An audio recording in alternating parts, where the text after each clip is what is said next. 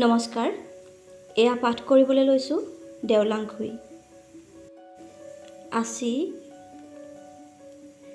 জ্বৰৰ ঘূৰ লগা ৰঙা চকুযোৰ মেলি ইফালে সিফালে চালে জকাংকই। ক'ত আছে যেন বুজি পোৱা নাই।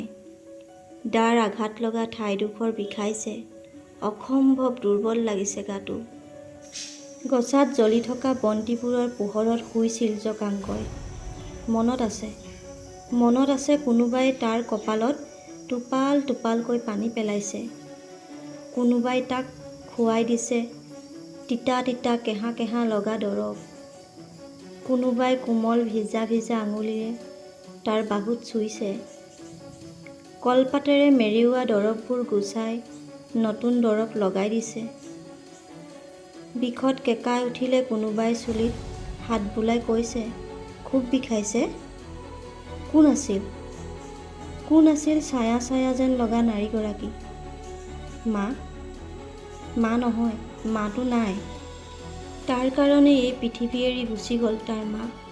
কান্দি কান্দি গুচি গ'ল। যাওঁতে তাক দি গ'ল শাওপাত। যি অস্ত্ৰৰে তই এনে পাপ কৰিছ, সেই অস্ত্ৰই তই বিপদকালত নাপাবি। তোৰ এই পাপী হাত দুখনেৰে মৰণকালত তই পানী খাবলৈও নাপাবি। গোমুখে পানী খাই তোৰ মৃত্যু হ'ব। তই আছি ধৰফৰাই উঠি বহিব খুজিছে জকাংকই। এটা অসহ্যকৰ কষ্টই তাৰ যেন উশাহ বন্ধ কৰি আনিব খুজিছে। কি হ'ল জকাংক? কি হৈছে? সপোন দেখিছ? এয়া আছি, সোণজিৰা আছি তোৰ ওচৰতে আছে। শুই থাক, নুঠিবি। শান্ত হৈ বিচনাত শুই পৰিল জকাংক। মুখৰ ওপৰত এখন উদ্বিগ্ন মুখ। থৰ হৈ চালে জকাংকই। এইখন কাৰ মুখ? এইখন মুখ ক'ত দেখিছিল জকাংকই? কেতিয়া দেখিছিল?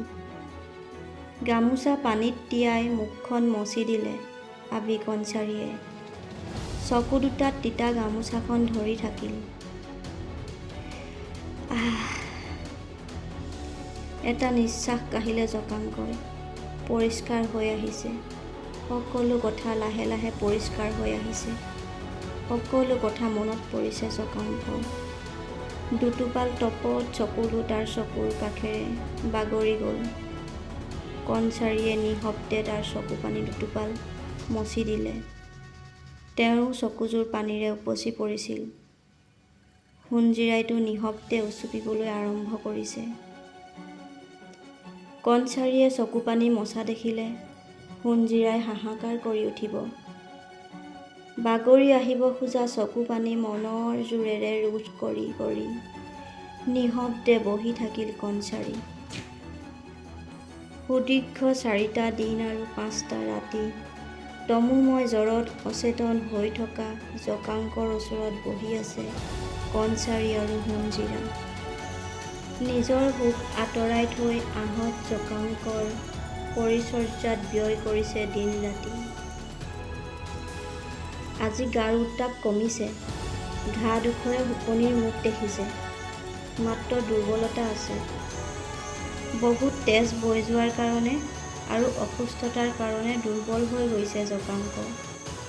ৰাজবৈদ্যই দিয়া দৰৱবোৰ আৰু দৰৱৰ লগত দিয়া পনীয়া অনুপান আৰু পথ্যবোৰৰ বাহিৰে একোৱে খোৱা নাই জকাংকই। ৰাজানৰ বাহিৰৰ ওচৰৰে মুকলি ঠাইডোখৰত এতিয়া ৰভা সজাৰ কাম চলি আছে। কালিৰ পৰা কৰমৰ কাম আৰম্ভ হ'ব। অনুগত ৰাজ্যৰ ৰজাসকল আৰু ৰাজপ্ৰতিনিধিসকল আহিব দাঁতিয়লীয়া ৰাজ্যসমূহ, মিকিৰ, কছাৰী, জয়ন্তীয়া ৰজাসকল, ভূঞাসকল, সকলো লালুং গাঁৱৰ মুখিয়ালসকলো আহিব। ওচৰ পাজৰৰ গাঁৱৰ ৰাইজ আহিব কুলৰ সকলো মানুহ। ৰজা ৰত্নসিংহও আহিব। সুদূৰ বৈদ্যগড়ৰ পৰা 10 খোল 12 খোলৰ সকলো বাৰজেলাও আহিব। জুই তৈয়াৰ কৰা মানুহবোৰে চাউলৰ শৰাবোৰ ধুই মচি নিকা কৰি ঘৰৰ মজিয়াত থোপাই থবলৈ আৰম্ভ কৰিছে। ৰান্ধিবলৈ প্ৰয়োজন হোৱা ডাঙৰ ডাঙৰ মৃদুবোৰ ধুই মাজি থোপাই থ'বলৈ আৰম্ভ কৰিছে ৰাজহুৱা ভোজ ভাত ৰন্ধা ৰান্ধনি কুৰুমীসকলে। বাৰিকাসকলে গাঁৱে গাঁৱে কৰমৰ নিমন্ত্ৰণ জনাবলৈ ৰাওনা হৈছে। সাধুকুমাৰে আহি সকলো তদাৰক কৰিছেহি। পুত্ৰৰ মৃত্যুৰ কৰম কৰিব লগা হোৱা বাবে শোকত ভাগি পৰিলেও কাকো দেখুওৱা নাই সাধুকুমাৰে। চিৰাচৰিত প্ৰশান্ত মুখেৰে ধীৰ স্থিৰভাৱে সকলো কাম কৰি গৈছে, কিন্তু ৰাজানত ৰাতি কটোৱা নাই। আমচাই মাজঙৰ পৰা আহি গুচি যায়, হয়তো তাত জিৰণি ল'বলৈও নাপায়। তথাপি গুহাৰ মূল ৰাজানত নাথাকে, ভিতৰলৈ আহে, জকাংকৰ খবৰ লয়, কনচাৰীৰ লগত প্ৰয়োজনীয় কথা পাতে, তাৰ পিছত গুচি যায়। সাধুকুমাৰ গুহাৰ ৰাজানৰ পৰা আমচাই মাজঙৰ ৰাজানলৈ কিয় গুচি গৈছিল, কিয় কেতিয়াও ইয়াত নাথাকে, সেই ৰহস্য মাত্ৰ আবি কনচাৰীয়ে জানে। তেওঁ আজিলৈকে কাকো কোৱা নাই, সাধুকুমাৰেও কাকো কোৱা নাই।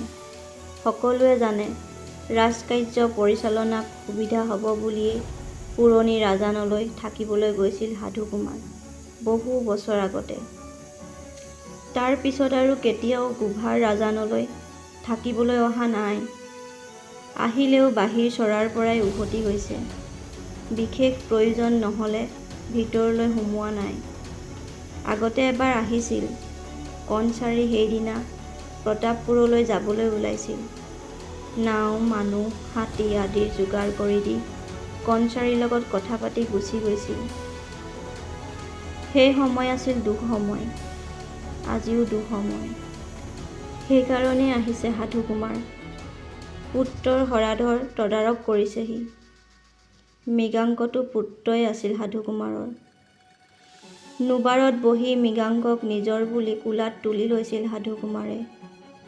বৰজেলা, চখাজেলা, হাড়ি কুঁৱৰী আৰু লৰক সাক্ষী কৰি, 10 খোল 12 খোলৰ মুখিয়ালসকলক সাক্ষী কৰি, মৃগাংকক এতিয়া বোধ কৰোঁ সকলোৱে তুলনীয়া পুত্ৰ বুলি পাহৰিয়ে গৈছে। তাক আৰু কোনেও চাহখৰা বুলি নাভাবে, সাধুকুমাৰৰ নিজৰ পুত্ৰ বুলিয়ে ভাবে সাধুকুমাৰেও। আবি, জকাংকৰ মাত শুনি কনচাৰী হাউলি গ'ল।